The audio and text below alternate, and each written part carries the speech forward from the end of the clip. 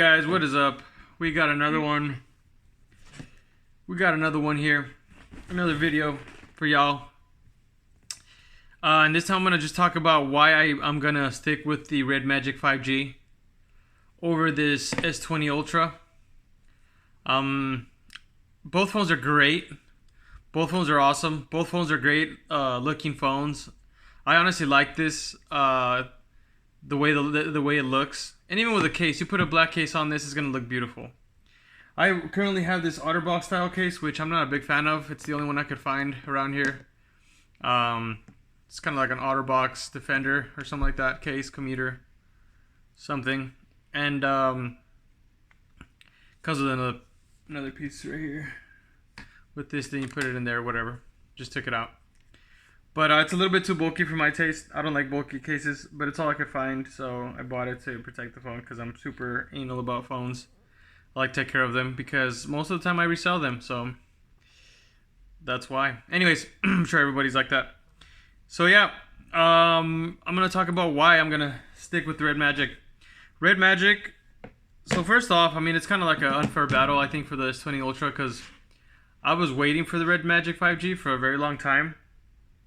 And honestly, when it came out, as soon as I saw this Chinese version, I had to cop it. I had to get it. It was an immediate decision. Even though I paid above MSRP, I'm super duper pleased because, and actually, I know a lot of people actually have made a comment. So this black version, as you can see, it's black. Is not coming to the United States with the 12 gigs of RAM and the 256 gigs of storage. This is that model, and I'm very pleased that I did go ahead and buy that, since only the Pulse, which is red and blue, I'm not personally a big fan of. I know there's a lot of people that do like it, and I think that's cool. I like the red on that one, but I'm not a big fan of blue, like I mentioned before in my videos, and I just like black and red. But yeah, so that's the Red Magic 5G. Speed-wise, there's no comparison, honestly. Even though the S20 Ultra will get you through most tasks, I've made it glitch already. I mean, maybe 5 times since I've owned it, and it's only been like 3 days. So that'll kind of tell you something about the bloatware on this dude. Just Samsung UI, which is called One UI, is not very ideal. I don't know, it's just too bulky, too much of a big file, I guess, for it to run on this Snapdragon in 12 gigs of RAM, mind you, processor, and it's just kind of, I think, a little bit too much. So it makes it slow down.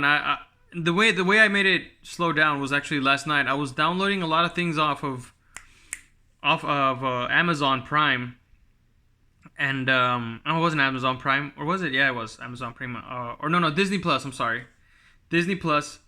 And I was downloading. Well, actually, it was X-Men shows, and I was messaging on Facebook Messenger, and I was also at the same time trying to watch a YouTube video, and it froze. It completely locked up. It turned off. It reset. Even when it reset, it took a good 3 minutes for it to come back.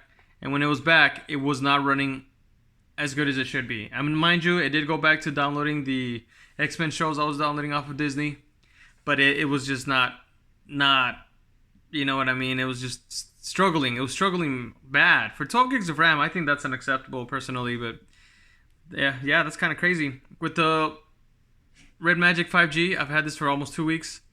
Amazing. Never, not even once, not even for 1 second, not even for anything has this thing frozen. Has this thing had any issues? I haven't had any lag, nothing at all. And that's crazy to me because I've owned a lot of phones, and especially in the last year. And I think the only other phone that I've seen that that's run as smoothly as this one has been the OnePlus 7T Pro McLaren edition. That's the only other phone I can actually say that actually runs as good as this phone. Maybe not as fast, but I think it just had this quickness because of the way that OnePlus does its software with the Snapdragon 855 Plus. It just really worked. And if I could, I would get that phone. Oh yeah, which brings me to one of the other reasons why I'm gonna keep this one. I just hate. I would rather have bezels. As you can see, this thing has pretty, solid looking bezels, top and bottom. I'd rather have bezels than a hole punch, man. It is easy to hide it, but whenever you're watching a video, let's put something on. Let's put something on YouTube. Here we go. Oop. Oh, that's my video.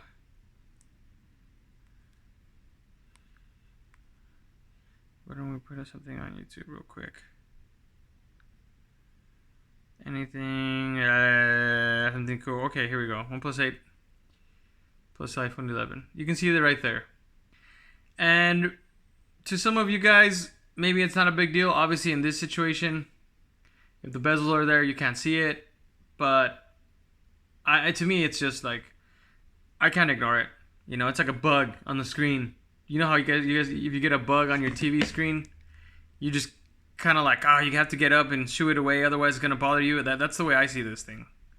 There's no getting around that bezel. I'm sorry, around that hole punch. And with this, you can just enjoy the full screen. Now, mind you, again, bezels, but look at this. There's just no obtrusion, nothing getting in the way. Oop, oop, hide those. Put them girls away, Mariah. Put them girls away, girl. Come on, what you doing? It's a family show.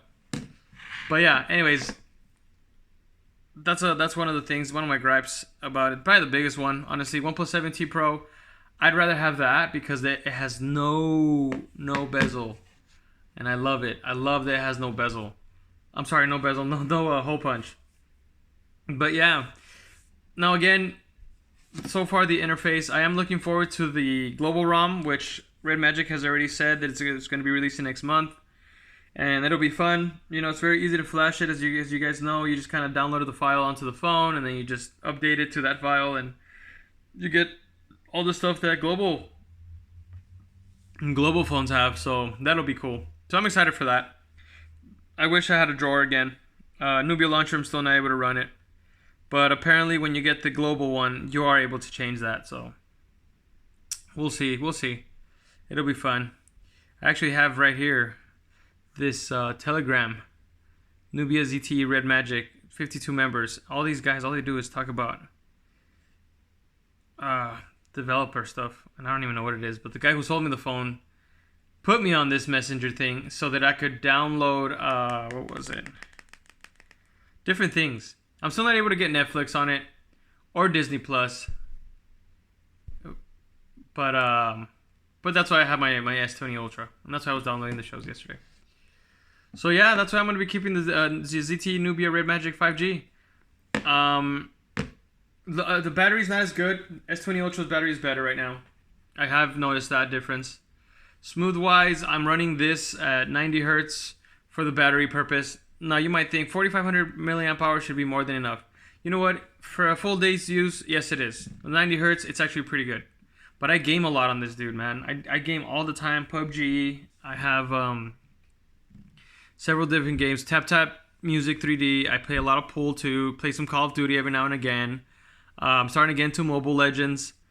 Still haven't played all these games, but whenever you game, it does drain the battery pretty fast because it really takes in. When you enter the game space, it maximizes the CPU and the GPU to work together, and that drains the battery.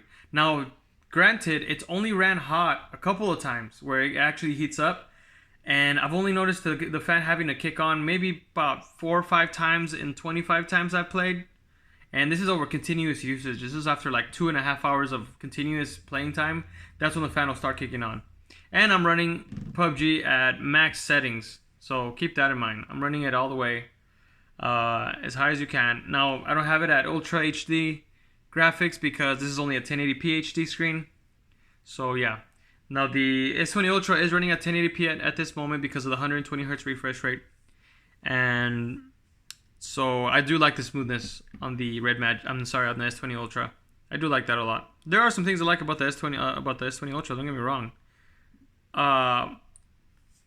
The camera, there's no comparison.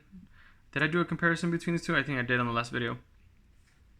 But yeah, the camera is just incredible. There is no comparison between these two phones as far as camera goes. I think just right now because the interface is completely intertwined with Google Play apps. It's really seamless. I cannot share my location constantly on the Red Magic 5G yet. I'm sure that once I flash it over to the global ROM, I will be able to do that. So right now it's just running on this S20 Ultra.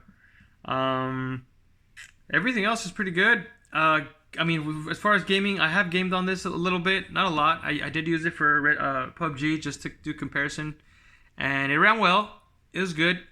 I mean, the triggers provide such a great experience because it's more like a controller, and it's just like those triggers right there, boom, boom. You can just really, really get comfortable with the gaming and do your thing. So I prefer that a lot. But yeah, so I mean, I think they each have their pros and cons. However, for me, because of the speed, because of the gaming, because of the overall just smooth and fluidity of it, I'm gonna end up keeping my Red Magic 5G as my daily driver. The S20 Ultra, I will sell at some point. The hole punch cutout's not doing it for me. Even though the battery is great, even though the fluidity and the smoothness is good, One UI, it's just a little bit too big of a program for it to run. I can tell it's not as fast as it could be. Even the Antutu Bench was not up to par. I think I showed you guys last time. The score on it is only 562. Man, that's abysmal to me for an 865. That's really low. If you guys look at this guy, I forgot his Nick something. He has some reviews. He's ran a test on a lot of these. That scored right. I mean, I don't know. To me, it's pretty bad for 12 gigs of RAM. That's just not good, honestly. And as obviously my Red Magic 5G, this thing's beast mode. A friend of mine, the guy who sold it to me, actually, he has his global. Oh, hey, you know what? Let's show you guys. He has his global one on here. Let's see if we can find his score. I wish I could have his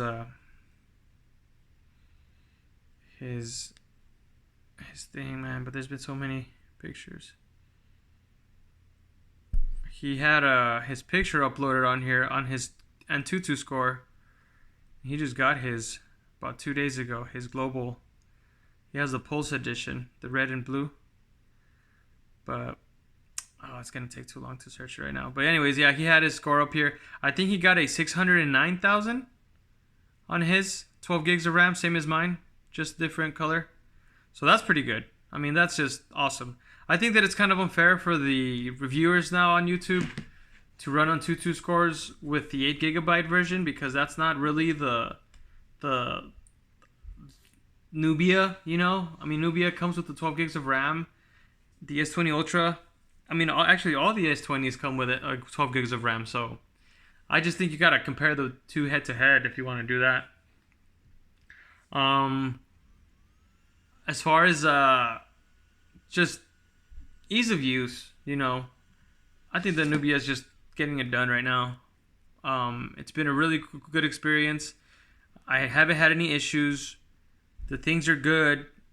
I get Facebook. I get all my social media apps whenever I want them. They're fast. They're fluid. I don't even have to close anything. I sometimes forget. I'll have actually right now, look at it, I'm running all these apps right now, and I had no idea. And I haven't experienced any lag. This happens on a daily where I have all these apps running, and it's just always running at a great speed. But yeah, so that's it. If you guys have any questions, again, leave me comments below. I will get back to you as soon as I can. I typically tend to respond to most questions. But yeah, let me know what y'all think. Have a good day. God bless you guys, and Merry Tuesdays. Hallelujah.